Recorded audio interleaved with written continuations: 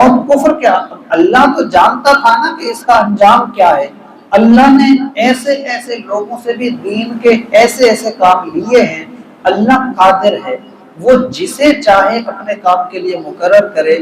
بندہ اس میں یہ نہ کرے کہ میں کام کروا رہا ہوں، میں نے مساجد بنوا دی، میں نے مدارس بنوا دیے، میں نے انتظامات چلوائے، میں نے اتنے غریبوں کی مدد کی۔ کچھ بھی انسان نے نہیں کیا، اللہ نے اسے توفیق دی۔ اللہ چاہے اس کی اس بات کی وجہ سے کہ میں کر رہا ہوں، اللہ ہو سکتا ہے اسے دل سے دور کر دے،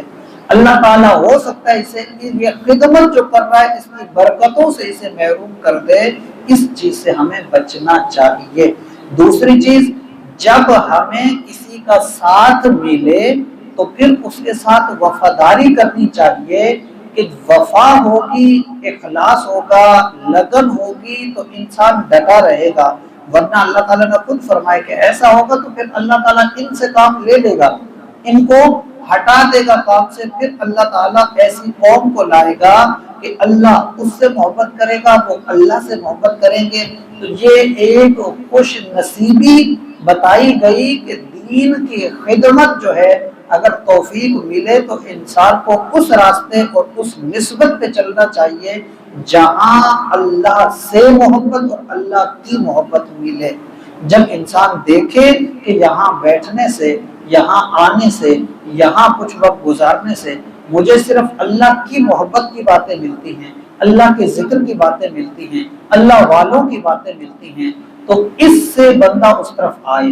ہر بندہ آج سمجھتا ہے کہ کون کون سے کام اللہ کی رضا کے ہیں۔ جب پتا ہو کہ مجھے یہاں اللہ کی محبت والے کام کرنے کو ملتے ہیں، مجھے نماز سکھائی جاتی ہے، مجھے قرآن سکھایا جاتا ہے، مجھے ہر وقت اللہ تعالیٰ کے ذکر و اذکار کی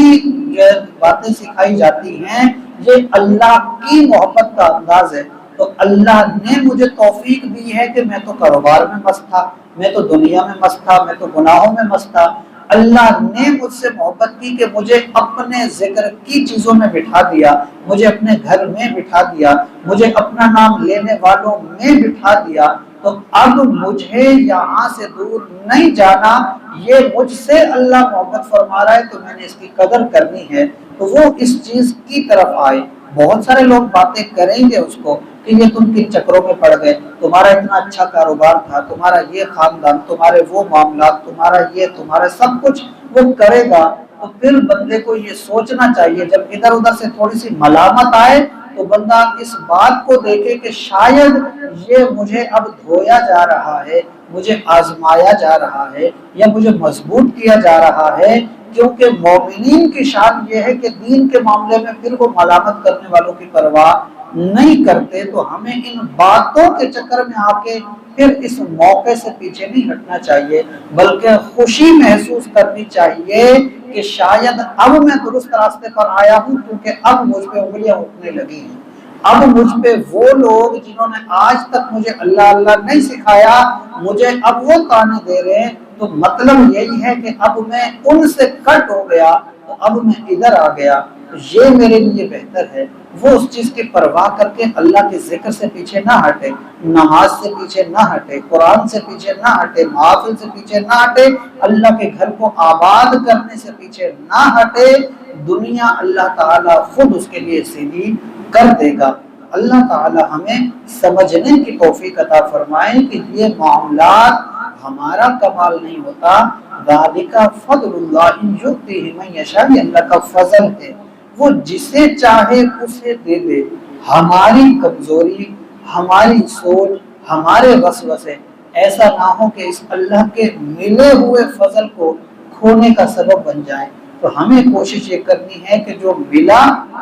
اس کی قدر کریں، اسے اپنے اندر بڑھائیں، اور بلکہ اسے اپنے سے آگے پھر مزید پھیلائیں، نہ کہ اس کی ناقدری کر کے ہم اس سے محروم ہوئے۔ تو یہ موقع بار بار نہیں ملتے، اور جو بندہ ناقدرا ہو اس کے لیے اور زیادہ مشکل ہو جاتی ہے۔ جس کو ملا اور اس نے قدر نہیں کی تو دوبارہ اس کے لیے چانس بہت کم ہو جاتے ہیں۔ ہمیں اس چیز سے بھی فائدہ اٹھانا چاہیے۔ اللہ تعالیٰ سے دعا ہے اللہ تعالیٰ ہمیں قرآن کریم کے مطابق سمجھنے کی توفیق عطا فرمائے۔ پیچھے کفار کی دوستیوں سے منع کیا گیا کہ وہ ایمان کے لیے خطرے کا سبب ہیں،